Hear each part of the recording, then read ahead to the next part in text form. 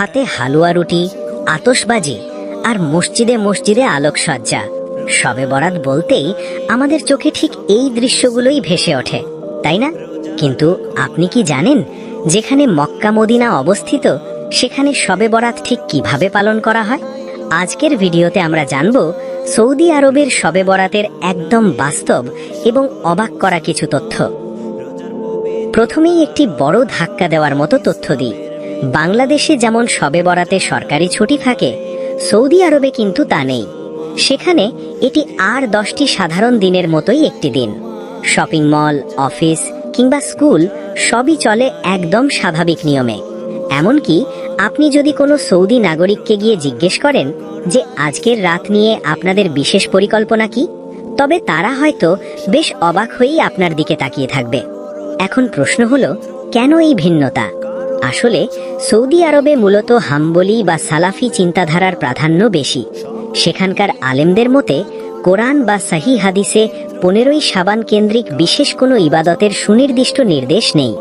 তাই তারা একে ধর্মীয় উৎসব হিসেবে পালন করেন না। তবে সব সৌদি নাগরিক কি চুপচাপ থাকেন? একদমই না।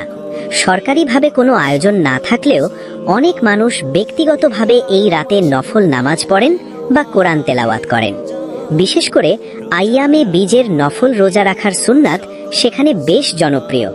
তাই অনেকে 15ই শাবানের দিন রোজা রাখেন, তবে সেটাকে শবে বরাতের রোজা না বলে তারা পালন করেন সুন্নাত রোজা হিসেবে। অনেকেই ভাবেন মক্কা বা মদিনায় হয়তো এই রাতে বিশেষ কোনো দোয়া বা মিলাদ হয়, কিন্তু বাস্তবতা হলো কাবার ইমাম বা মসজিদে নববীতে এই রাতে বিশেষ কোনো জামাত বা খুতবা দেওয়া হয় না। ঈশার নামাজ শেষ হওয়ার পর সবকিছু প্রতিদিনের মতোই শান্ত থাকে। সৌদি আরবে শবে বরাত কোনো সামাজিক উৎসব নয়।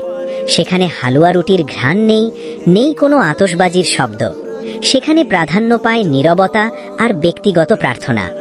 আমাদের সংস্কৃতির সাথে তাদের এই পার্থক্যই প্রমাণ করে ইসলামী বিশ্ব কতটা বৈচিত্র্যময়।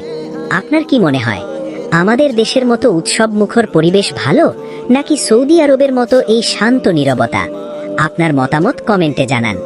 আর এমন ভিডিও আরও দেখতে সাবস্ক্রাইব করে সাথেই থাকুন। ধন্যবাদ।